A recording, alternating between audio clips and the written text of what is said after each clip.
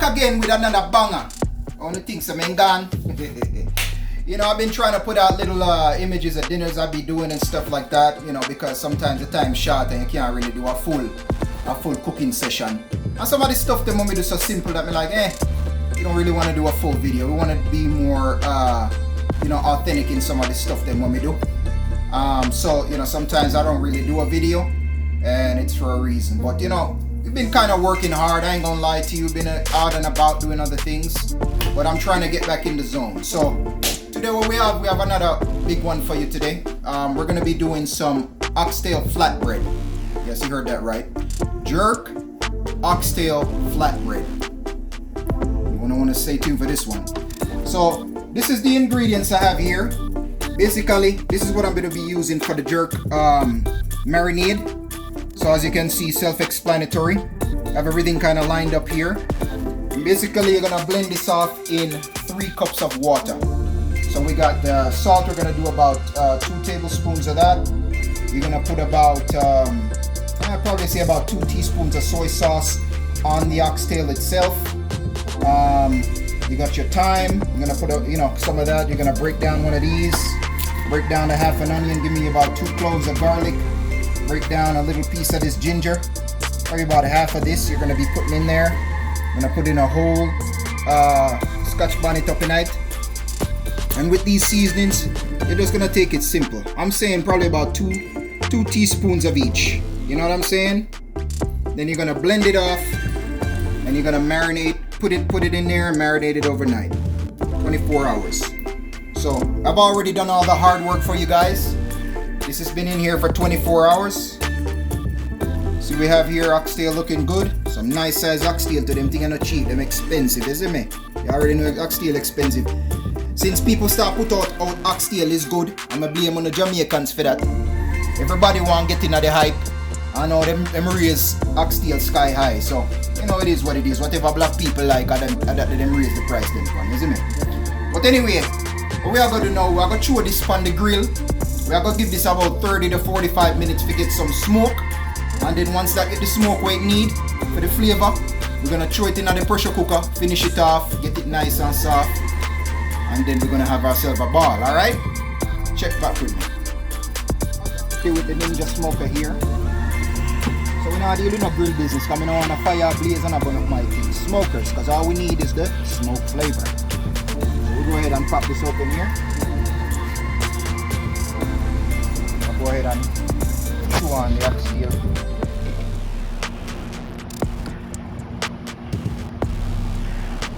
Just like that. Put out some of that excess marinade. Lovely, beautiful. Yeah. I'm gonna lock this up. 30 to 45 minutes. Just get the smoke flavor we need. We'll pull it off and chew it on the stove. Yeah? Get back with me. Alright, family. So 45 minutes have passed.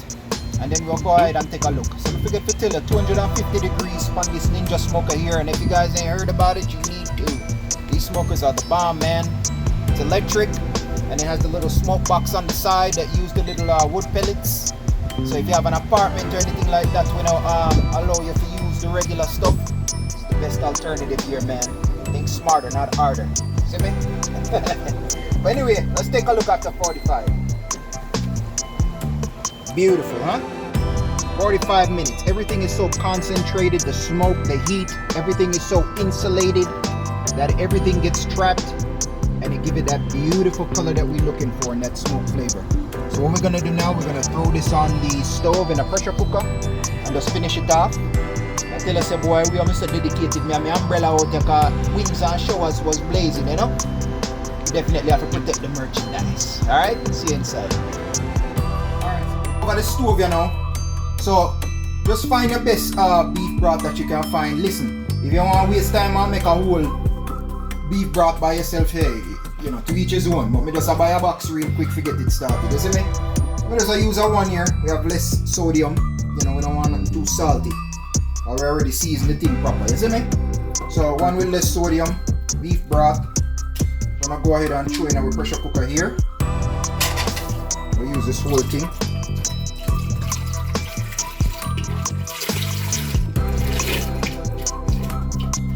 Basically, we just want enough to kind of flavor the meat. You know what I'm saying? And like so we make gravy over here. You don't need too much. Yeah? And go so Ramson like a Charles Bronson. Drop the oxtail in. We don't lose none of that beef flavor. That's the main point of this. You understand? And this is not, you know, under normal circumstance we would add in with carrot and with this and with that, but we don't really deal with that today. We are dealing with the straight main focus, which is the oxtail. See me? You see that kind of so, a little bit covered, only the little part at the top show himself. That's fine. I don't really care about that. I'm gonna cover this off. I'm gonna pressure it for probably about, once it get up to steam and you start hear the pressure, then you're gonna run it for probably about another 30 to 45 minutes. And that should be good enough to go. You see me? So check back with me. Alright, so after tasting the beef broth, bro, we can't even leave it that way. Remember, none of them things are rehearsed, so we go by flavor and taste. You see me I deal with? So me taste the broth, and I say no sir, it's not really up to par. So we have got some add a little more flavor in this thing. You see me I deal with? So add some garlic powder, add some onion powder. I add some little chicken based bouillon. Some people might say, damn, oh you have beef and I use chicken there. But the chicken base, it kind of give it a decent flavor when I look for it. Light it, not heavy. And then we add some salt to it. I use the fine grain pink salt. Really good stuff, man. You guys should check it out. So we add a little bit in there. That way we can manage our salt. That's where we go low sodium with the broth. That way if we need to manage the salt a bit better on our side, we can do that. See me? I'm not going to put no more pepper on them thing there now. Just kind of leave it as it is for now. Go ahead, close them up and pressure them back again. 45 minutes, yeah? Once it starts steaming. Alright, please. Alright family, so we're back here to finish off things.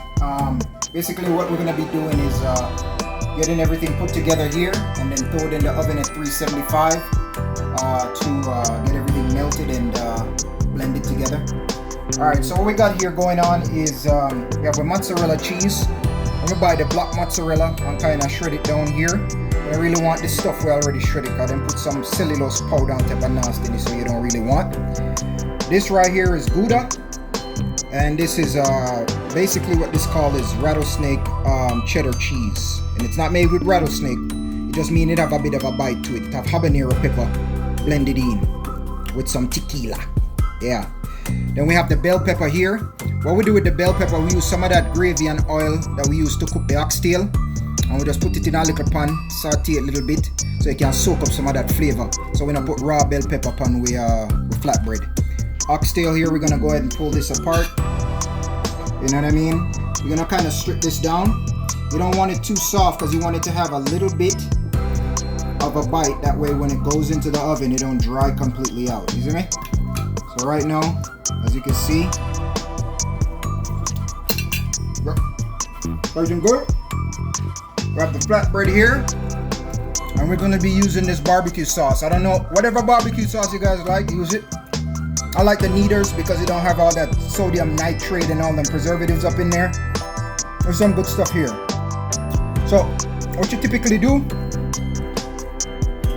we'll get some barbecue sauce on your flatbread. And make sure to be pretty liberal with this here. Go as much as you would like, but not too much with the swing. You know what I mean? And you're gonna kind of use your spoon. Make sure you're gonna get every little side. You know what I'm saying? Yeah. Just like that. Make sure you just cover up all the parts that need to be covered, right? And then this is how you're gonna kind of construct it. You're gonna go with the mozzarella first, then your other two cheeses, and again, you guys could use whatever cheese you would like. You know, for myself, that's the one I'm going with that I showed you earlier. All right. So just like that, get your barbecue sauce. You put your cheese on, make sure so you go all over with the cheese. Know what I'm saying? Yeah? Beautiful, just like that. Make sure you cover everywhere we need to be covered. Right? You know? And then kind of like that, like me say. So you go ahead and design it how you like with your other two cheeses. And then you're gonna put your bell pepper on. Typically what I do is, for me, I'm gonna do the cheeses first in the oven for probably about 3 minutes, 3-4 minutes. At the very most 5, right? So things can kind of get going. And then I put my meat and my bell pepper last. So generally what I do when I pull off the meat off of the oxtail, I'm gonna mix in some of that barbecue sauce with the meat. And then I'm gonna pull that thing out after about 4 or 5 minutes. Then I'm gonna put the meat and the bell pepper on. Give it another 3 minutes to kind of just get blended in with the cheese. And you're good to go. Alright? So check back with me here in a second. Let me get this all put together.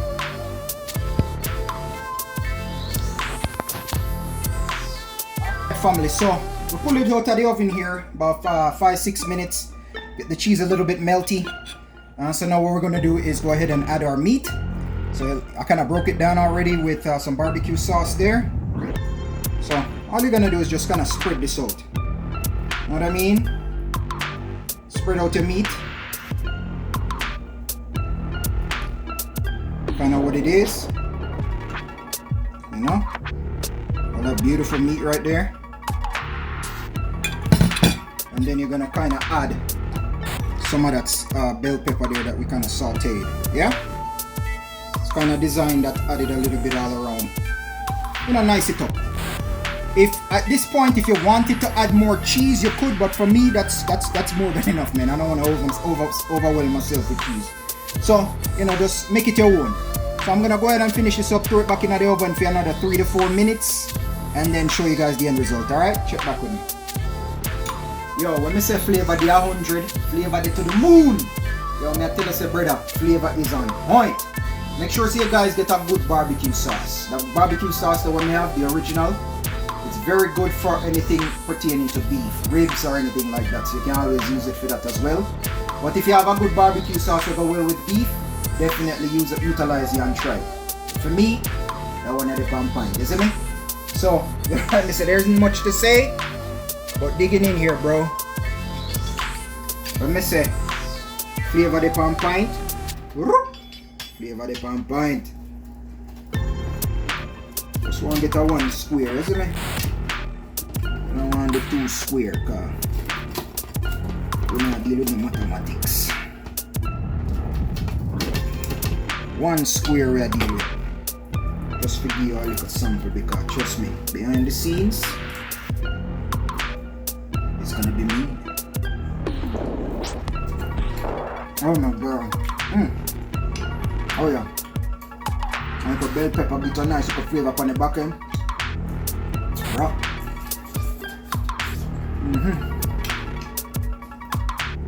Yo, if you don't like hear me chew, turn off the video. But yo, one love, more love, righteousness, man take a baby. Signing out. Oh my god. Oh. Sella!